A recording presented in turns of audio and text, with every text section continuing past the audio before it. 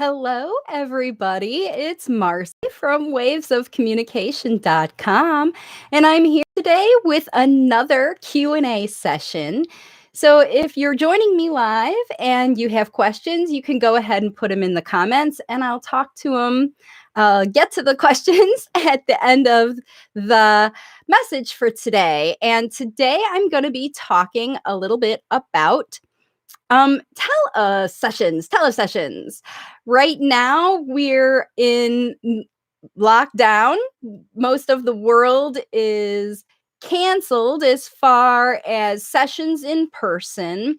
And all over the world, I know that there are clients in people who have worked in schools, people who saw their clients, speech therapists who saw their clients in homes, speech therapists who saw their clients in clinics, in ABA centers. All over the world now are no longer able to do speech therapy the way they used to do speech therapy, however that was, in a clinic or wherever. And now they are the solution that's being offered around the world is the ability to use the internet to learn how to, to connect and hopefully have some benefit from your therapy sessions if this is what you're offered from your therapist. So what I decided to do today was jump on today's live and take advantage of the opportunity to give you some tips. I left that personal face-to-face practice world 2 years ago, more than 2 years ago, actually. The last time I saw kids in person was at the very end of 2017. I saw my last little client out there in the world face to face. And since then, I have been working online exclusively with my clients as a speech language pathologist. And in fact, when I stopped working with clients face to face and going to their homes or having them come to me, the results that they were seeing were even better. So that's why, if you've been following me on my page, you've heard me talk about how this time right now is really an unprecedented opportunity for you as a parent of a late talking child, no matter why they are late talking or what is going on. If you have access to a speech and language pathologist, speech therapist, or teacher, anybody in your child's life, now is your opportunity to use those folks as a resource for your child. So what my tips are going to do is to help you maximize these sessions. If you are offered sessions with a professional who knows how much time they're going to have, they may want to, make sure that you are having your child be the focus of the session. And while it is important to have your child be part of the session so that they can engage and say hello and do all of, the connecting, use the telemeeting to connect with the professional because they probably miss them and, they like them, and the professionals want to connect with the kids too. That's a really important part of the session. But honestly, that's not the most important thing. If you are now the parent and teacher and therapist and CEO of your child's developmental future right now, because we don't know how school is going to come back. It's very unlikely going to come back the same way it was before. And even if it does come back in a very similar way at the school when the schools reopen, your child will be different because there's some time will have gone by and you will have had the opportunity to do all kinds of teaching, because just like the teachers are saying, the schools are not closed, the buildings are closed, the learning continues. And now I know that there are those that say the teachers should hold the responsibility and therapists to get kids moving forward. But right now, you don't have that luxury to rely on those people. There just aren't enough resources, and the model's going away. So what I'm recommending that you do is to think about your child's developmental future and their learning, as far as speech and language anyway. Moving forward, you learn to be your child's language facilitator, which is what I teach everybody that I work with on my platform, on my Waves of Communication platform. That's what I teach all my followers. And also, I think that it's really important that you learn to do this because the therapist is finite. They come and go. Situations like this happen. Maybe you move house. Maybe your child grows out of a program. They age out of early intervention, or your insurance doesn't come through, or something happens inevitably for whatever current therapist Tele-Session on Zoom or GoToMeeting or Facebook Messenger or whatever it is that that is gonna be able to sit in front of the camera. Because a lot of the kids who have parents who follow me, that's not a reality. Their kids don't sit in one place for 30 seconds, let alone a half hour or 45 minutes to try to be in front of the camera. So, tip number one is, while the session is about your child, it's about your child's development, speech and language development, having your child be the focus of that meeting as a main participant is not necessary. It is necessary that they socially are part of the session for part of the time at the very beginning, that there is some time that you're making sure your child is aware that this person is here meeting with you, about you. We are talking about you. And even if your child isn't receiving direct instruction from that person, that teacher or therapist, it's important that they have a connection during the meeting and that they understand. And if you are having the meeting with that person, it's important that your child understands that it is your time to be talking to that clinician. So even though your insurance requires, or somebody said one time or whatever, that the therapy session, the child has to be sitting there for the whole time, I want you to release that expectation, is my tip number one, because this session, while it is about your child, is for you. You are the one that arranged it. You are the one that supports the technology for it. And you are the one that has to support your child between these sessions. So don't assume that this session is for your child. This session is about your child and assisting your child, but assume right now from the very beginning that this session is for you, so that you have the intent when you have the meeting that you will actually get some real benefit out of it. Because these tips are not about getting through a meeting. These tips are about benefiting from the actual meeting. And so for tip number one, from the get-go, prepare that this meeting is for you. Excuse me.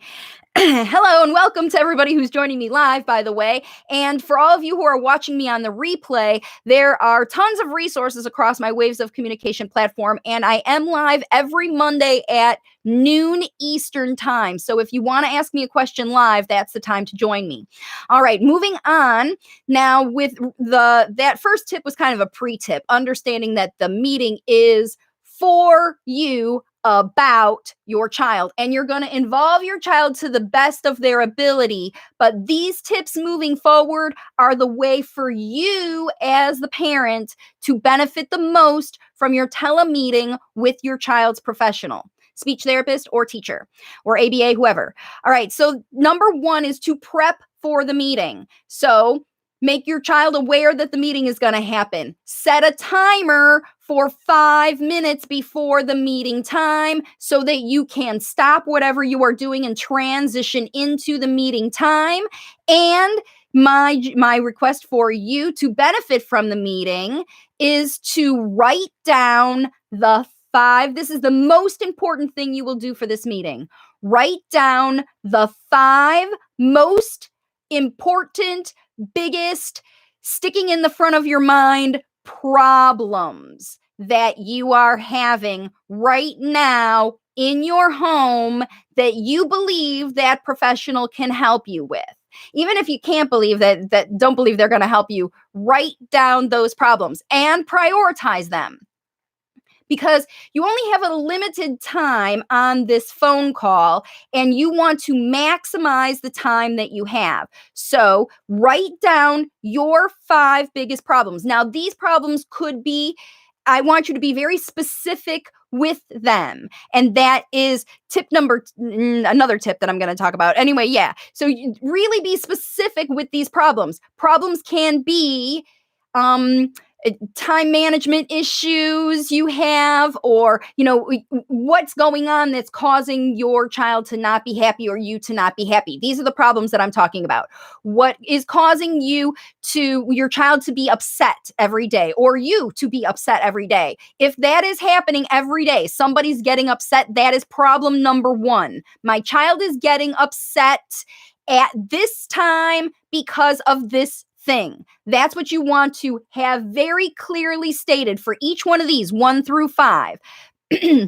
My child is refusing to eat food, blah, blah, blah. My child will not do any of the activities that you gave me. My child will. These are the 5 biggest problems. Write them down before the meeting. Prioritize number 1. And then, again, before the meeting, choose the top 2 problems and set in your mind that you will not stop the meeting until you get answers to those 2 problems. And if you decide to do this before the meeting starts, then you know that you will get benefit. You'll go into the meeting with, I am going to get solutions to these 2 problems by the end of this meeting. And then you will have at least something to solve the 2 biggest problems, to at least strategies to work on them, something to get towards them.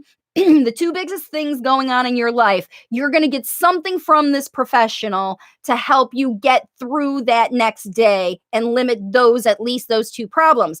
And then you keep those problems for follow-up meetings. And you're going to use this same structure for the follow-up meetings. Maybe you solve those first 2 problems and the next 3 went away. Excuse me. That happens very often for people who are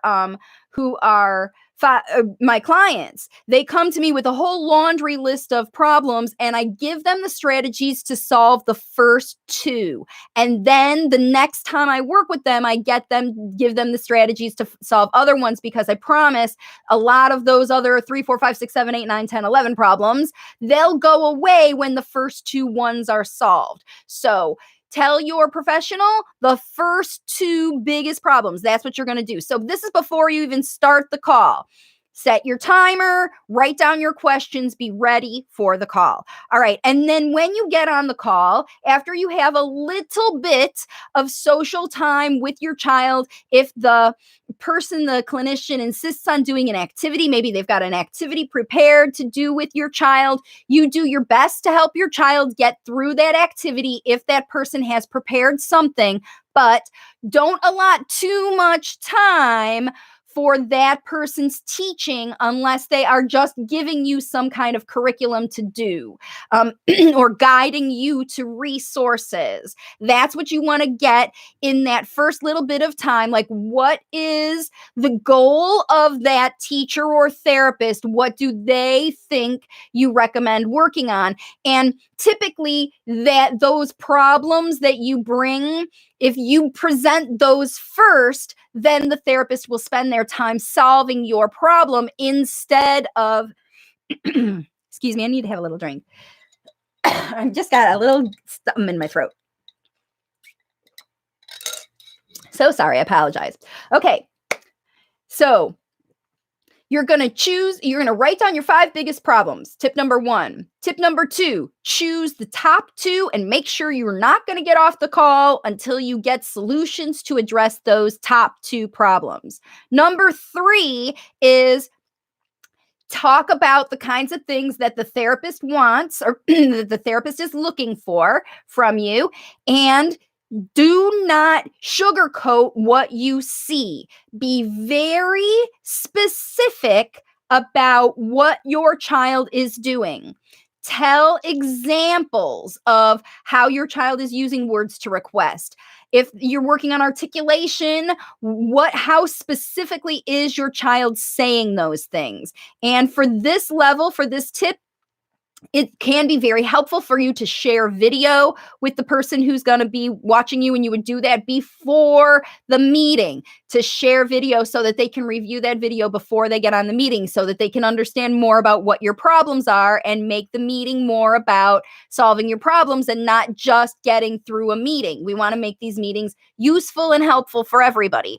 Okay, so number 3, do not sugarcoat, be very specific, and provide examples of the kinds of things that you are seeing in your child right now. What have you been able to get them to do? What are they doing now? What is struggling? They're going to want to know some kind of present level, like what's going on with your child. And the more specific and detailed you can be about sharing about your child's abilities. Don't talk about so much about the things they can't do. Those are those problems at the beginning.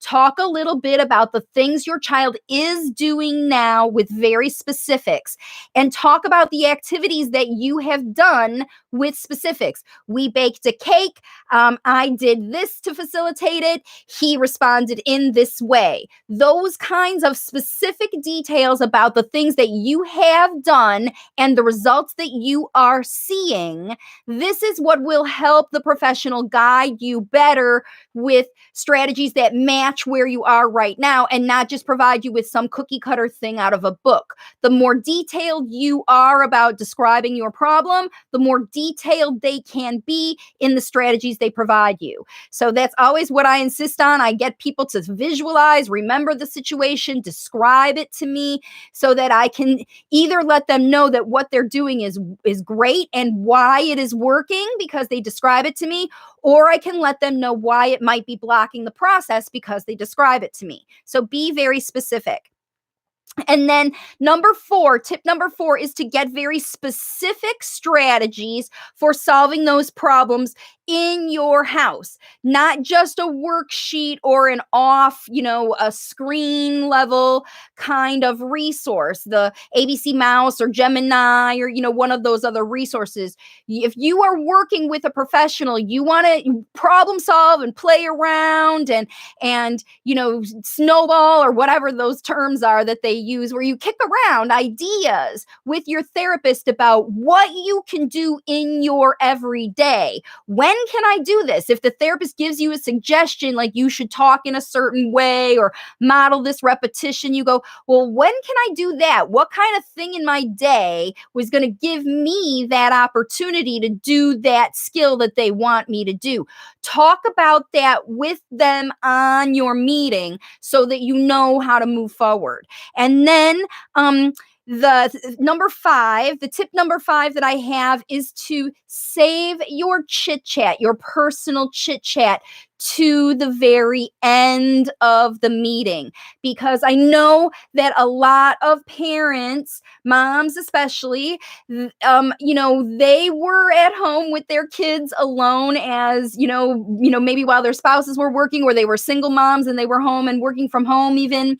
And I would go to see them and I would be their only social contact. They didn't have other mom friends. Maybe they didn't have family and friends around. They were quite isolated. And I was thinking about those moms and how we would spend, if I didn't get in and get started and get working, we would spend half of our session talking about, the weather or politics or the virus or, whatever's going on in the world. You can spend a lot of your precious time chit-chatting about those things that you already see on Facebook and you get a social engagement with. So really, really try to save the chit-chat to the end. And when you present those problems at first, and you have yourself ready to go in the meeting, this can be avoided, but you don't want to waste your time. And And remember that your clinician has to do this over and over and over again with a lot of different professionals. And you want to make sure that the guidance that you get is specific and appropriate for you. You want the therapist to be on their best. And it is really more exhausting to do session after session of teletherapy like this than it is to do sessions in a clinic, even though you're running around and expending a lot of energy. Change is challenging for everybody. And these tips should hopefully make your telesession easier for you and for your therapist. So that's the other thing. Like I said, a lot of therapists are not used to using telemeetings to provide services. Maybe they're new in therapy, or maybe they are old in therapy, like they've been doing therapy for a really long time and they're not even good with technology. People who are in, my age range, people who've been doing therapy for a really long time and aren't very good at technology are wonderful coaches and consultants. If you present the problems that you have to a therapist who's seasoned, they will abandon the stuff that doesn't work and tell you how to solve the problems in your house. And that's how I work with parents. That's how I've been working with parents now for more than 2 years. And I promise you, as a result of the parents I work with using me as a resource to put these strategies in place in their home, I tell them what to do, how to do it, when to do it, where to do it, what place to do it. That's how I do. I just had somebody sign on to work with me from India who is feeling that same realization. She's a pediatrician and her child's 11 years old, and she's going to be starting to work with me now because she has tried all these strategies and gotten coaching before, but she wants somebody to tell her exactly how to do it in her home while she is home. This is the best time to take advantage of that. And that's why my coaching programs exist the way they do. And the resources I have exist the way they do. So in my book, here's my book. It's called If It Isn't Fun, It Isn't Fun. Teach Your Child to Talk Faster Than Speech Therapy. I'm going to move it around so you can see there. Da, da, da. It's on Amazon. The whole process of learning how to do that is here in the book on Amazon.com. The link is in the description. And my independent study course is very detailed. It teaches you how to kind of go through your own self-analysis and coaching and, figure out how to make your own plan to see progress, because therapy is not coming back the way it used to. Reimbursement systems are going to change. Practices are going to change. Buildings are going to change. Places aren't going to be able to keep up rent, and therapy centers are going to close, because 6 months or 8 months of not being able to operate in a standalone building is going to, make places shut down. And so things are going to move into these telepractices because you can have access to very, very skilled and wonderful professionals who can help you. But you, as a mom or dad who has a kiddo who's late talking, you need to help the process work for you. If you have a therapist, especially who doesn't know how to work in this method as telepractice and coaching, and you need to learn how to use those people as resources, because there's not going to be anybody to take your child to see. So all right, I'm not seeing any questions. I do see some people popping in, so thank you so much for joining me, everybody who's joining me. Go ahead and leave your comments in the comment section. Like this video, share it with your friends. Everybody's going to be getting telepractices. So there's Laura. Hey, Laura, I know that you pop in every week. I'm just finishing up with the topic today where I was talking about how to best utilize your telemeeting with the professional. I know you'll be offered one at one way or another who is working with you right now, and you want to know somebody, you want to talk to somebody who knows how to coach folks online. That's what I do. That's when you head over to wavesofcommunication.com and learn how to become your child's language facilitator. My job as a coach and consultant is to get you to not need me. That's why I give it all out on these videos and let you know how to do it yourself. There are more than 200 videos here on YouTube to check out, and I'm over on Facebook every day in my group multiple times a day providing tips and ideas. I go live over there too. So there's no excuse. There's no reason for you to not take advantage of this unprecedented opportunity while you're home to teach your child how to move forward and make progress and start talking before that school even opens back up. You can see progress with your child using the strategies. Laura, who's watching this video now, is is also seeing progress with her child, as are many of the parents. You can head over to the website and see all the reviews from parents. You can do this. You can do it now. And that's what I'm here doing. I'm in my little apartment all by myself making videos every day. I'm doing new content for parents. So follow my page, take advantage of this, use these resources and teach your child yourself, because they right now there's nobody else doing it. You're the one. And you're better. Parents are better at facilitating language. That's what people like Laura are showing me, getting faster progress with their kids using the resources here on our Waves of Communication platform. So thanks again for joining me, everybody. I'll see you all at my next Q&A session, which is going to be over on Facebook on Thursday at 2 p.m. Eastern. Have a great week, everybody, and keep up your great work with language facilitation. And bye for now.